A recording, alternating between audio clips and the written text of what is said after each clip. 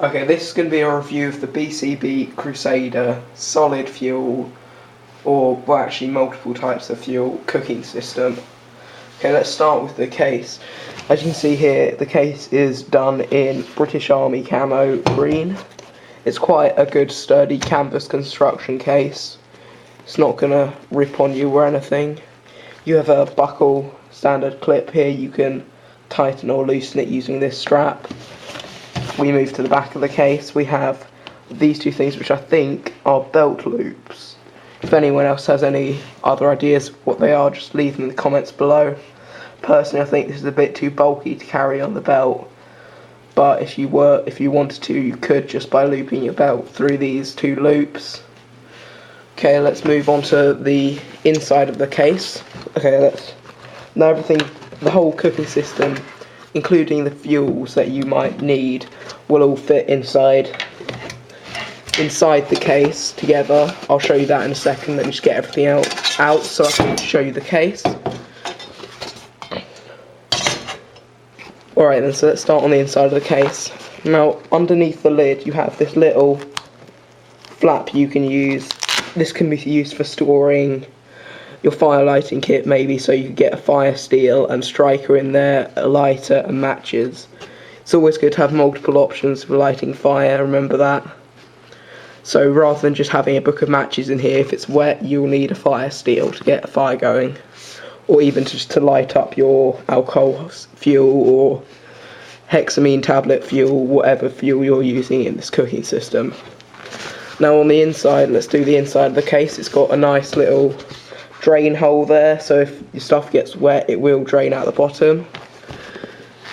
In the inside of the case, I don't know if you can quite see this, on the inside of the case actually the camera has a light so I can use this. On the inside of the case you can see it's got these little bungee straps. Now I haven't quite come to a decision on these, whether these are annoying or not, because every time I want to put it in, sometimes the bungee cables get caught in the cooking handles and stuff, and when I'm taking it out sometimes they get caught and sometimes it just slips in. So that's the only con I would say with this case, is these two little bungee handles, they sometimes get caught.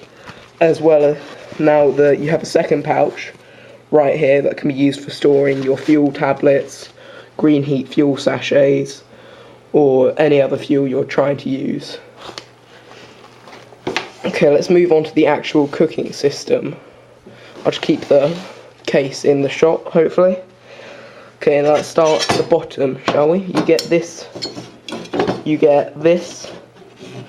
little cooking system right here. You get this pot stand. Now this pot can stand the pot on top of it by flipping this little handle over here, and then you can stand the cooking pot above it like this. Now this is quite well designed. You see you have this little pit here. You'll put your fuel or whatever in there. I'll go on to the fuels at the end of this video of what kind of fuels you can use in this system, and then I would put the pot stand over first so you don't burn yourself when you're with your fuel lit. So I put the pot stand over first, then light the fuel, and then let's go on to the pot. You can pop the pot on top of there and let it boil. Now I've done some tests on this and it boils within 6 to 8 minutes depending on how much water you've got in there. But I'd say 8 minutes is an good average time to expect it to boil the water in. Let's go on to the pot itself. The pot itself is as you can see, it's got various markings on it. It says halfway up it's got a 0.5 litre mark, so I just estimating here, I would say that it probably holds about 750 millilitres of fluid in it. However, I wouldn't fill it too far, because when it boils the liquid tends to bubble up, and you may get some overspill into, well, you might boil over and then go onto the fuel, and boiling over liquids are generally quite dangerous because you could burn yourself on them. So I'd only fill it up to the 0.5 litre mark, which is really all you need if you're just cooking some light instant soup or something. So that's the actual cooking system, along with this lid here, which if I just pop the lid on, and then you can see the lid on it, and you've got a steam release hole, and also after you're finished cooking you can keep the lid on and use it as a pouring spout right there. Now there have been some problems people have been saying with the lid. Do not use the lid if you're going to be cooking over an open flame if you're not using this, because the lid will melt onto it. And some people have been saying that even when you're using the pot stand, the lid melts onto it. I personally haven't had any trouble with it so far, but just keep that in mind. And one thing you can do is, some people, and I have been fashioning lids out of tin foil, just using this as sort of a mould to shape around, and that way the lid won't melt, and even if you're cooking it over a fire or a flame you can still use it. So the lid's the only problem I could possibly see with the whole cooking system. Let's move on to the rest of it. You get this little cup and canteen that slot together like that. The canteen's quite good. It's the only thing is plastic canteens. Some people don't like the way that the water tastes when it comes out. They might say it tastes a bit plasticky, but I really don't mind it. It's not too bad in terms of the plastic taste rubbing off into it. The only problem I have had with this bottle is the screw seal is not completely tight. So when you put it in the case, always make sure the bottle cap is facing up if it's filled with water, because otherwise it will all just drip out of there slowly and it will just make all your gear wet. So that's one thing to bear in mind with the cup. Now the cup is relatively good. It slots onto the canteen for compactness, and it's got these nice little folding handles here. If you can see, they just fold over like that, like butterfly, and then you close them together like that, and it makes a pretty solid handle. If you can see me shaking it there, it doesn't move about.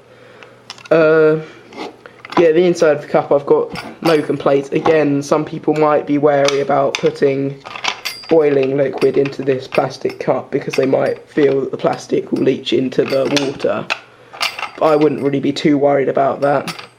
Okay, now let's get on to some of the fuels that you can use for this. There's quite a number of fuels you can use for this system. Basically, I would say pretty much any type of fuel that you can fit in there, in this little pot here, will work. I wouldn't use wood, and here's why: because once it dies out, you're going to have trouble feeding. I suppose you could feed little sticks through that little gap there, but the gap's far too narrow to get any substantial pieces of sticks in. So I wouldn't use wood on this cooking system, mainly because it wasn't designed to be used with wood. And the other options are obviously alcohol-based fuels, such as these little gel sachets you can get called Green Heat. They're very good. They light pretty instantly. They don't give off that much of an odour, and you can burn the packets in the flame, which is quite good for waste disposal.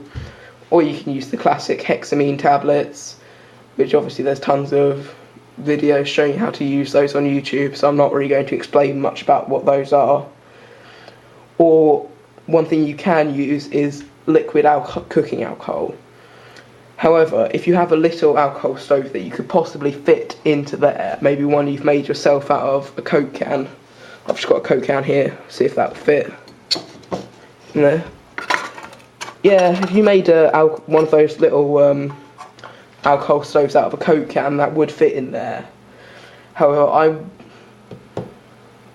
I would be wary about just pouring cooking alcohol into there and setting it on fire, because I just wouldn't do it, because you'd get quite a large flame and it wouldn't be as concentrated with all the jets that you have in a alcohol stove. But by all means, you can put an alcohol stove in there if it's small enough and will fit.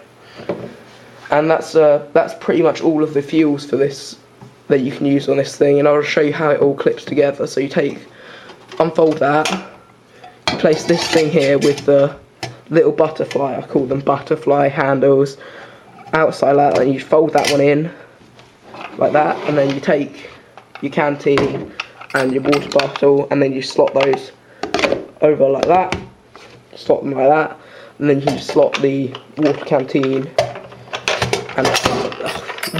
and cup into there, and then put it all back up, and then you can pop it in. Now here we're going to see whether the bungee cords are going to mess with, whether it'll fit in with the bungee cords or not.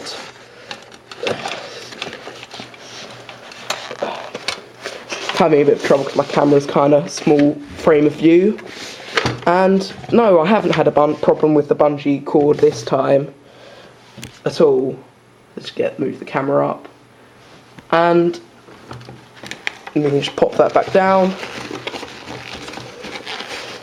clip it up,